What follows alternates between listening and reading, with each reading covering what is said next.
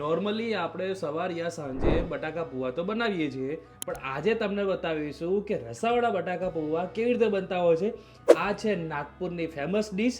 ચલો mummy try કરીને જુઓ. જે હશે તો હું ચોખ્ખું કહીશ. હા, તારે તે જ બનાવે છે.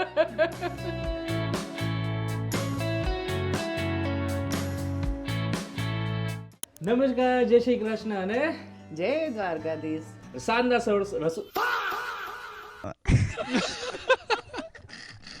સાંજના રસોડામાં આપનું સ્વાગત છે. હવે મમ્મીને મેં કીધું કે આજે મારે બટાકા પૌવા ખાવા છે, તો મમ્મીએ મને શું ફરમાઈશ આપી બીજી? તારા પપ્પાના રસાવાળા પૌવા વધારે ભાવે છે. હા, એકદમ સિમ્પલ સુબર. જે લોકોને પૌવા બનાવતા ટાઈમે ખીચડી જેવા થઈ જતા હોય છે, બહુ વધારે એકદમ પલળી જતા હોય છે, એના માટે સુપર ટ્રિક્સ આપવાના છે, એ મમ્મી બતાવવાની છે. બતાવશો ને ભાઈ? નવા આવ્યા છો તો ફટાફટ ફોલો અને સબસ્ક્રાઇબ કરવાનું ભૂલાય નહીં. ચલો હવે વિડીયો સ્ટાર્ટ કરીએ. મમ્મી હવે મેન વસ્તુ આપણે બતાવીશું, શું શું આપણે ઉપયોગ કરશું એ બતાવી દો. ચલો મેં એકવાર તો પૌવા પલાળી દીધા, પણ પહેલા આપણે છે ને મમ્મીએ છે ને વધારે ઉતાવળ રાખીને ફટાફટ પૌવા પલાળી દીધા છે, પણ આ પૌવા પલાળવાની રીત તમને બતાવવાના છીએ.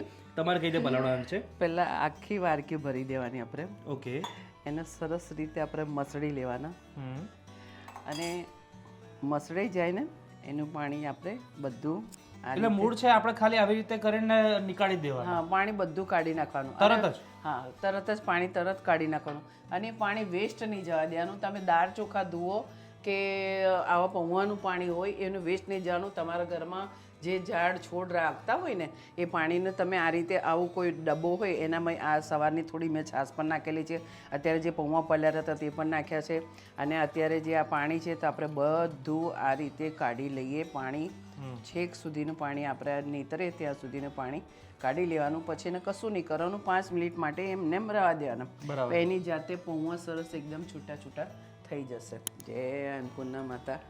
ચલો આપણે પહેલાં એના અંદર 4 પાવડા જેવું આપણે તેલ નાખીશું. 4 પરી આપણે પાવડા કહીએ, 3 જ અડી જ નાખીએ, 3.5 જ નાખીશું. અને અમે રોજિંદા જીવનની અંદર પણ હવે સિંગ તેલ હવે સ્ટાર્ટ કરી દીધું છે. હા, સિંગ તેલ અમે ખાઈએ છીએ અત્યારે. તમારા ઘરે જે પણ તેલ આવતું હોય બહુ સરસ છે, પણ મૂળ વાત છે કે જો આ જ્યારે ગુજરાતી કોઈ પણ કે આવું સારી વાનગી બનાવતા હોય તો એની અંદર સિંગ તેલનો ઉપયોગ કરીએ તો વધારે ટેસ્ટ સારો બનતો હોય છે. શું કહેવું માં? હા, ખૂબ સારું થાય છે. ખૂબ સારું થતું હોય છે. તેલ થઈ જવા આવ્યું છે. એના અંદર આપણે પહેલાં નાખીશું રઈ. તતડવા દઈએ. રઈ હંમેશા છે ને ઝીણી વાપરી, એટલે ઝીણી રઈના અંદર સ્વાદ સારો આવે. મોટી રઈમાં થોડો રાયડનો ઓછો સ્વાદ આવે. એટલે આવી કઈ વાનગી બનાવીએ, ખમણ વઘારીએ, એમાં ઝીણી રઈનો ઉપયોગ કરીએ તો ખૂબ સારું લાગે. એમાં આપણે થોડીક નાખી દઈએ શ્રીકંદની હિંગ, એમાં નાખીએ થોડાક કઢી પત્તા, પછી એમાં નાખીએ બટાકા. અને બટાકાની 2 સીટી મારી દીધી છે, અને આના અંદર હળદર, સેજ મીઠું ને સિંગદાણા એ રીતે નાખ્યું છે. 3 લીલા મરચાં છે, અને આપણે પેલું તીખા રસો બનાવવાના છે એટલે મરચાંનું પ્રમાણ થોડુંક ઓછું નાખીશું. એના અંદર આપણે નાખીશું હળદર, સેજ નાખીશું ધાણા જીરું, સ્વાદ અનુસાર મીઠું. આમાં તેલનું પ્રમાણ વધારે હોય કેમ કે આપણે દરેક પૌવા પર કોટિંગ કરવાનું હોય છે, અને પ્રોપર સરખી રીતે સાતરી લેવાનું છે. હા, બટાકા તમે બાફી પણ શકો ને. 2 સીટી મેં મારી તો આજે બટાકા મારી પાસે વધારે પડી ગયા હતા એટલે મેં સાઈડમાં રાખ્યા હતા, એટલે કીધું આ બટાકા કટિંગવાળા છે. તમે આ ઊભા ચીરી કરીને પણ નાના નાના પણ સુધારી શકો. લીંબુ લઈ લો, અડધું આપણે લીંબુ અંદર નાખી દઈએ એટલે ખાટા મીઠા આપણા પૌવા થાય. ઓકે. એના અંદર 2 ચમચી થોડી ખાંડ નાખીએ, સાધારણ આપણે પાણી નાખીએ એટલે ખાંડ અને લીંબુ સરસ મિક્સ થઈ જાય. એના અંદર આપણે નાખીશું જીરાવન મસાલો. આમ તો નોર્મલી જીરાવન મસાલો છે આપણે પૌવા બની ગયા પછી નાખતા હોય છે, પણ અત્યારે મમ્મી અંદર જ નાખી દે છે. હા, એટલે ટેસ્ટ સારો આવે છે. યસ,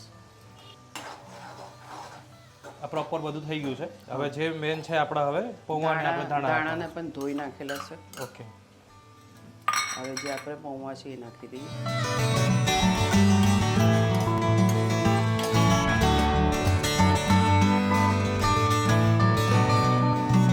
સરસ બધું આપણે મિક્સ કરી લઈએ. જ્યારે ભાવેશ કોલેજમાં જતો ને તો સવારમાં મને આ રીતે એને બનાવવાનું પડતું તો ફટાફટ હું આવી રીતે બટાકાની 2 સીટી મારી દઉં, પૌવા પલાળી દઉં ને મોટે ભાગે એના બટાકા પૌવા જ આપતા.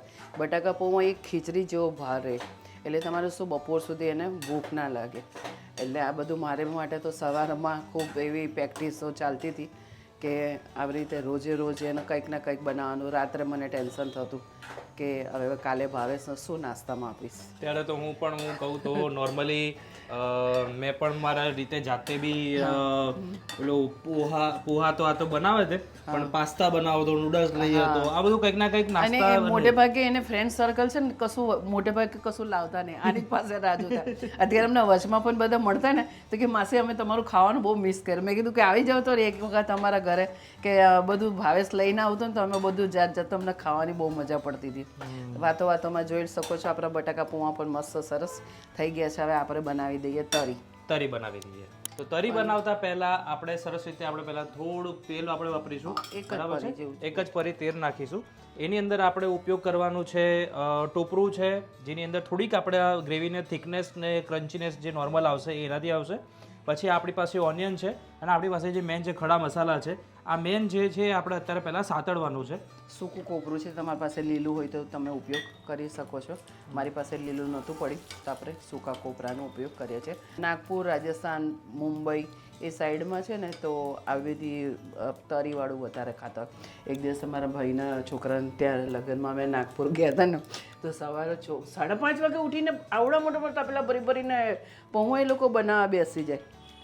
તો તે પેટ્રોલ પંપ પર અમારે ઊભી રાખી હતી ગાડી. તો સવારમાં અમે લોકો આ રીતે આ લોકો આપણે જે આ બટાકા પૌવા કરીએ ને એ રીતે નહોતા કરતા. એ લોકો સાદા જ પૌવા વઘારે અને એના ઉપર આ વટાણાનો રગડા જેવો આ રસ આ તરી આલે અને ઉપર થોડી સેવ નાખી આપે. અને એ લોકો સવારમાં 5:30-6 વાગે તો ખા કરે કે અમારે 7 વાગે તો પૂરું થઈ જાય એમ. ચલો આપણે એનામાં 2-3 કારા મરી નાખીશું, 2 લવિંગ નાખીશું, નાનો અમથો તજનો ટુકડો ના, કારણ કે રાતનો સમય છે એસિડિટી ના થાય એટલા માટે.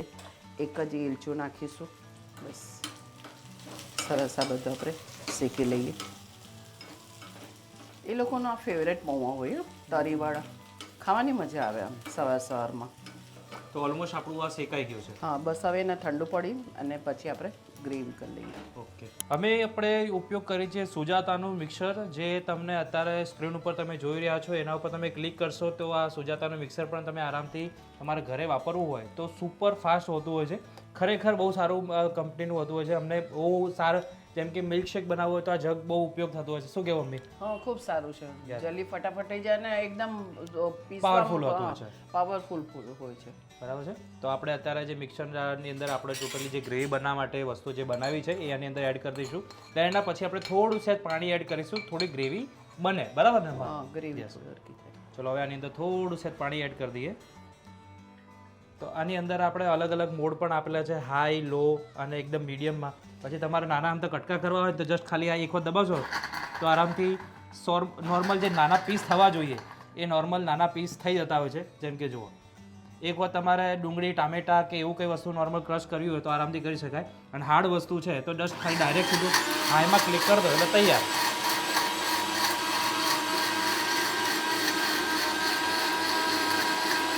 હવે જોઈએ આપણે જે ગ્રેવી ટોટલી મસ્ત તૈયાર થઈ ગઈ છે. તો હવે ડાયરેક્ટ સીધું આપણે આની અંદર જ્યારે બધું કરીએ છીએ તે વઘાર એના પછી આપણે ગ્રેવી નાખી દઈશું, બરાબર ને? જે એની પેનની અંદર આપણે ઉપયોગ કર્યો હતો એની અંદર જ આપણે તેલ નાખીશું. 3 પરી જેવું તેલ નાખ્યું. યસ, આની અંદર તેલ થોડુંક જ વધારે આવશે, કેમ કે આપણે આને તરી બનાવવાની છે. યસ, એટલે આપણે આ રીતે તેલ થોડું એડ કરી દીધું છે. એના પછી આપણી જે વસ્તુ છે એની અંદર આપણે એડ કરવાની છે. હવે આપણું તેલ તૈયાર થઈ ગયું છે. તો હવે આની અંદર વઘાર શેનો કરવાનો મમ્મી? જીરું નાખીએ. જીરું નાખ્યું, થોડીક રાઈ ભર્યું અને આપણા તમાલપત્ર નાખ્યું, થોડી હિંગ અને હવે નાખી દઈએ આપણે જે ગ્રેવી બનાવી છે.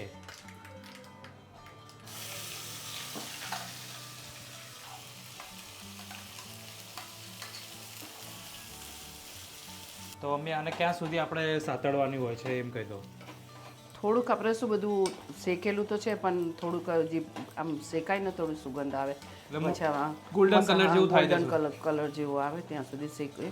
આપણી જે ગ્રેવી છે સરસ આખો કલર ચેન્જ થઈ ગયો છે, સરસ બરાબર colour છે. change હવે આની અંદર આપણે મસાલા એડ કરશું. હા, મસાલામાં આપણે છે ને કાશ્મીરી મરચું નાખીશું એટલે કલર થોડો હરકો આવે, કારણ કે તજ લઈને બધું નાખેલું છે એટલે હું 1 જ ચમચી હાલ નાખી રહી છું. થોડીક હળદર, ગરમ મસાલો, ધાણા જીરું 1 ચમચી ભરી નાખીએ. સ્વાદ અનુસાર આપણે અંદર મીઠું નાખીએ. હવે આપણે એની અંદર થોડુંક જે મિક્સરમાં પાણી નાખીને આપણે એડ કર્યું છે એ એડ કરી દઈએ એટલે સરસ ગ્રેવી તૈયાર થાય. ઓલમોસ્ટ આપણી જે તરી છે કમ્પ્લીટ રેડી થઈ રહી છે, બરાબર છે. હવે આની અંદર તમે ઘાટી મસાલો એટલે કહેવા જઈએ તજ ને લવિંગ, બરાબર છે, બેને પ્રોપર ખાંડી નાખો. એ મસાલો નહીં, શું કહીએ મહારાષ્ટ્રમાં તો હા, એ ઘાટી મસાલો જ કહેવાય ને. એ ઘાટી મસાલો નાખો એટલે લવિંગનો ને પેલું આવે ને એનો પાવડર બનાવો એટલે આનું જે તીખાશ છે એ પ્રોપર આવે. મમ્મીને લોકોને જોતા અમે નાખતા નથી અને હજી હવે આપણે છેલ્લે લીંબુ અને ધાણા નાખો એટલે આપણું આ તૈયાર થઈ જતું હોય છે. બસ આ રેડી થઈ જાય તરી, બરાબર છે. તો આની અંદર છે હજી થોડુંક તમારે પતલું કરવું હોય તો પતલું કરી શકો છો, આરામથી કરી શકાય. હવે બસ આપણે આના પૌવાની અંદર એડ કરો એટલે આપણા તરી પૌવા તૈયાર થઈ જાય છે, એકદમ મસ્ત મજાના. શું કેવું માં? હા, જો આવું પણ થશે. હા, આવું પણ થશે. તમારે સાફ સફાઈમાં પણ વધારો થઈ જશે.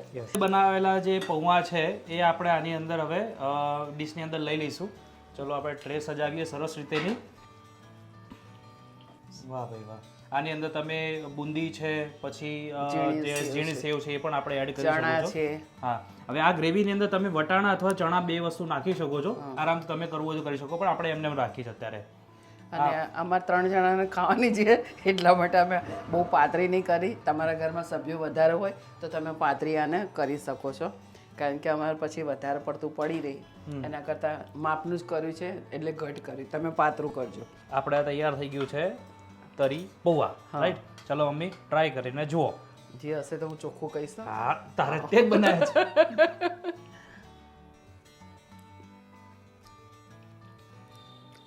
જે સાદા પૌવા ખાઈએ ને એના કરતાં એકદમ ફ્લેવરફુલ લાગે છે. જે આ તરીનું છે ને એકદમ અંદરથી તીખાશ, અને આવું ઠંડીનું સિઝન હોય ને ત્યારે તમે આવા તરી પૌવા બનાવ્યા હોય ને, વરસાદના સિઝનમાં પણ બનાવે તો ખૂબ મજા આવી જાય. ઉનાળામાં ચોક્કસ જે આ રીતે ના બનાવતા, કારણ કે ગરમી વધારે હોય અને આ બધું તીખું વધારે નાખેલું. શિયાળામાં ચોમાસામાં તમે આ ચોક્કસથી આ પૌવા તરી પૌવા ખાઈ શકો છો. યસ. તો ચલો અત્યારે મસ્ત મજાના ઉનાળામાં ગરમી લપાઈ દે એવા ગરમ પૌવા. હજી બધી ઘણી જગ્યાએ વરસાદ પડી રહ્યો છે અત્યારે, માવઠા પડી રહ્યા છે એટલે ઠંડક છે, બહુ ગરમી નથી લાગતી, એટલે આ પૌવા અત્યારે હાલ ચાલે એવા છે. રાઈટ. તો ચલો હવે